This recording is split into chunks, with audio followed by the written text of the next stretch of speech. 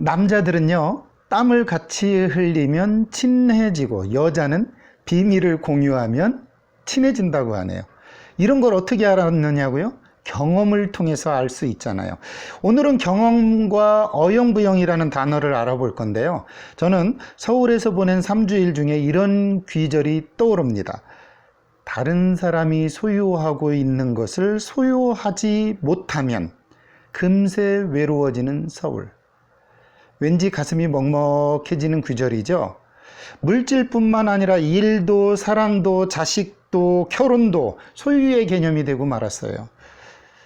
더구나 우리나라에서 제일 큰 쇼윈도우 서울이죠. 그 서울은 매일 그 모든 것들을 우리 앞에 전시하고 있습니다. 그러면서도 나도 그것을 가질 수 있겠다 하는 꿈을 심어주거나 아니면 그걸 갖고 싶다는 욕심을 갖게 만들어요. 그러다가 어느 날 그것이 착각이라는 사실을 알게 되면 금세 외로워집니다. 남들은 다 가진 것을 나만 갖지 못하면 좀 외로워지잖아요. 똑같은 것이라도 존재의 개념이 아닌 소유의 개념이 되면 소갈증이 납니다. 예를 들어서 정원이 있습니다. 아름다운 정원이에요. 그 정원이 누군가가 담을 쳐놓고 그 사람의 것만으로 그들만 누리고 있으면 나도 저걸 갖고 싶다라는 생각이 들다가 갖지 못하면 좀 외로워지고 좀 비참해지는 느낌이 납니다. 이것이 바로 외로워지는 그런 일이었거든요. 그러면 돈을 주고 산 물건이나 아니면 어떠한 것들은 쉽게 낡고 처음 소유했을 때의 기분도 사라집니다. 시간이 흐르면 좀 시들해지기도 하죠. 예를 들어 아무리 좋은 가방도요, 처음 샀을 때의 기분을 마지막까지 유지하지는 않잖아요. 그렇다면 세월이 흘러도 낡지 않고 시들해지지 않는 게 뭘까요? 저는 바로 경험을 통한 깨달음이라고 생각을 합니다. 예를 들면 저는 이런 귀절로 소유의 개념을 벗어났거든요. 이런 겁니다. 조물주께서 값을 매길 수 없는 청산을 나에게 세를 놓으셨다.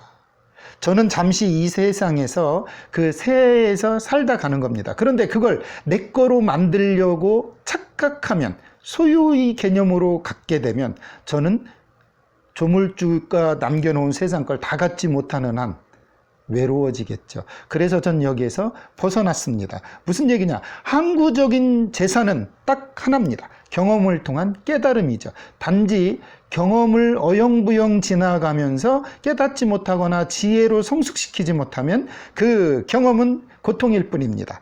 여러분, 오늘 경험과 어영부영 알아볼까요?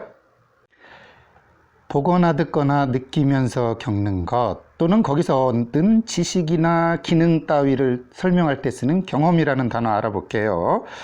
경험 없는 기백은 위험하고 기백 없는 경험은 불완전하다라는 말이 있습니다. 그만큼 경험과 기백은 서로 상관성이 있죠. 경험 한번 알아볼게요. 이처럼 실사가 변해서 이렇게 됐고요. 실타래의 모양이 변한 거고요. 그 다음에 흔히 얘기하는 배틀에서 좀 이렇게 날씨를 위아래로 쫙 당겨 놓은 그 배틀 모양에서 이것은 길경자로 쓰인 겁니다. 흔히 얘기하면 이 이야기가 무슨 얘기냐? 자연적 의미는 배틀의 날씨를 가지런하고 팽팽하게 당겨놓다였으나 확장하여서 지나다라는 뜻이 됐는데요. 이유는 간단합니다. 배틀을 짤 때 북이 왔다 갔다 하면서 어떠한 모양을 만들어내죠. 그래서 지나가다라는 뜻, 그리고 경험하다라는 뜻, 그리고 날줄경, 우리 흔히 경도와 위도할 때도 그때도 쓰이는 자입니다. 그러니까 자연적 의미는 배틀에서 나온 거고요.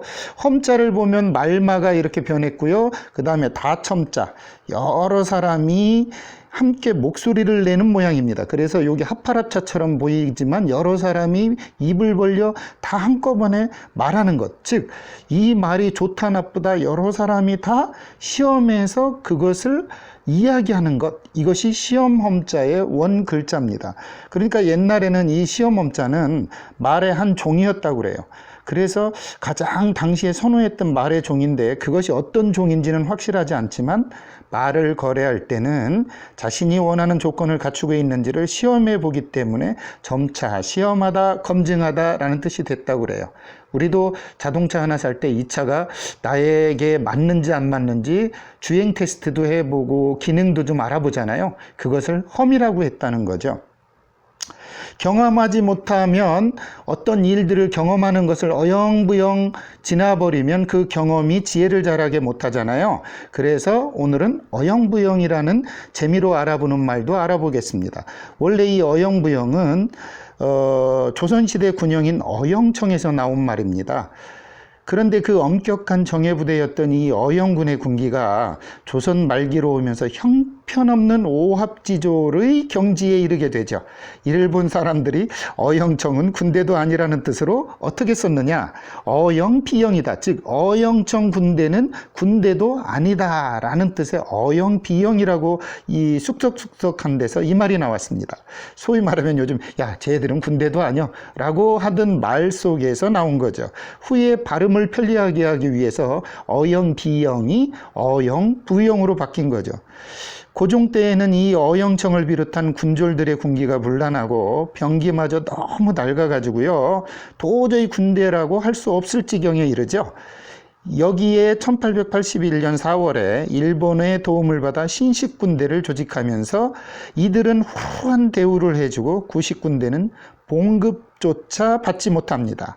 이듬해인 1882년 6월에 구식군대의 군인들이 봉기하여 이모군란을 일으켰죠. 바로 이모년에 군이 난을 일으켰다 해서 이모군란이라고 합니다. 여기서도 알 수 있겠지만요. 어영비영이라는 단어에서 어영부영이 왔고요. 이는 처음에는 어영청 군대는 군대도 아니다 라는 뜻의 쑥덕쑥덕하고 뭐 좀 조롱 섞인 말투로 좀 하다 보니까 이 말이 변해서 생겼다는 걸 알 수 있습니다.